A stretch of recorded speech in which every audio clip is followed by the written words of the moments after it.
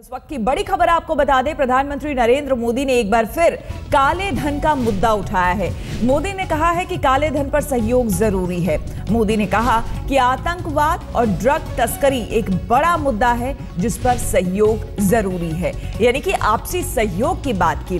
G20, आपको याद दिला दे, G20 सम्मेलन शुरू होने से पहले भी ब्रिक्स देशों के साथ प्रधानमंत्री नरेंद्र मोदी बैठे थे, बातचीत हुई थी। उसमें भी काले धन का मुद्दा उठाया था प्रधानमंत्री ने और कहा था कि यह बहुत जरूरी है हमारे लिए कि काला धन का जो मुद्दा है, विदेशी बैंकों में जो पैसे जमा है उसे वापस लाया जाए। इसको लेकर 2017-18 में कहा गया कि सभी जो तमाम देश हैं वो अपने बैंक के डिटेल्स साझा करें, इसकी बात की थी। और अब G20 में भी एक बार फिर, यानी कि प्रधानमंत्री नरेंद्र मोदी ने एक बार फिर काले धन का मुद्दा उठाया है। मोदी ने कहा है कि काले धन पर सहयोग जरूरी है। और सिडनी से इस वक्त हमारे साथ जुड़ गई हैं हमारी संवाददाता श्वेता सिंह। श्वेता, इंतजार था इसी वक्त का और सभी को इंतजार ये कर रहे थे कि ब्रिक्स देशों के साथ तो बातचीत में प्रधानमंत्री ने मुद्दा उठाया काले धन का, लेकिन देखना होगा कि G20 सम्मेलन में मुद्दा उठाते हैं कि नहीं। तो बिल्कुल मुद्दा उठाया और मुखर तौर पर तमाम बातें कही। जी हाँ, वाकई नरेंद्र मोदी ने जिस तरीके से काले धन का मसला उठाया, कहा कि हम सबकी अपनी घरेलू जिम्मेदारियां हो सकती हैं, प्राथमिकताएं हो सकती हैं, लेकिन जब तक हम सभी देश एक साथ मिलकर ये फैसले नहीं लेते हैं तब तक लंबे समय में हम सबको फायदा नहीं होने वाला है।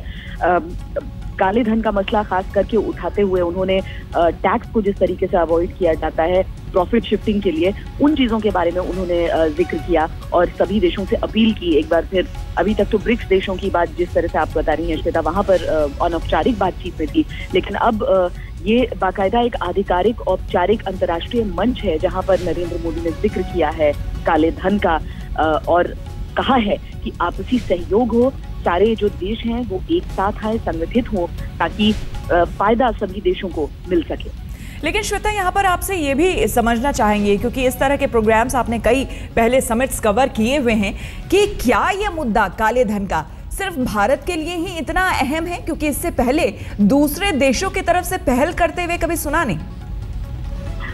देखिए, हिंदुस्तान में उसके साथ भ्रष्टाचार भी जुड़ जाता है। बाकी जगहों पर पैमाना शायद अलग हो, लेकिन अगर टैक्स हेवन्स दुनिया में चुनिंदा देशों को माना जाता है तो सिर्फ हिंदुस्तान नहीं बल्कि दुनिया के बड़े बड़े देशों के उद्योगपति गलत तरीके से सरकार को ठग कर वो पैसा वहां पर डालते हैं। जाहिर है, सरकार की नजर से बचाकर जहां भी जो भी पैसा डाला जाता है तो उस देश को उसका नुकसान होता ही है। ऐसे में पैमाने पर अगर हम देखें, पैमाने को देखें और इस चीज को ध्यान में रखें कि हिंदुस्तान के लिए ये एक, नरेंद्र मोदी के लिए ये एक चुनावी मुद्दा भी था, तो काले धन का मसला हमारे लिए बहुत बड़ा हो जाता है। बाकी देश सहयोग के लिए आगे आएंगे इस बिना पर कि उन्हें भी चंद ऐसे मुद्दों पर सहयोग की जरूरत होगी और ऐसे में अगर नरेंद्र मोदी एक बार्टर के लिए उन देशों को तैयार कर लेते हैं तो भी हिंदुस्तान के लिए एक बड़ी कामयाबी हो जाएगी। अगर थोड़ा थोड़ा भी सहयोग शुरू हो जाए तो अपने आप में एक शुरुआत। बिल्कुल, बहुत बहुत शुक्रिया आपका श्वेता, तमाम जानकारी हमसे साझा करने के लिए, हमें देने के लिए। तो एक बहुत बड़ी बात, G20 सम्मेलन में प्रधानमंत्री नरेंद्र मोदी ने काले धन पर सहयोग की बात कही है। उम्मीद है कि बाकी देश अगर सहयोग करते हैं तो काला धन वापस भारत आ सकेगा।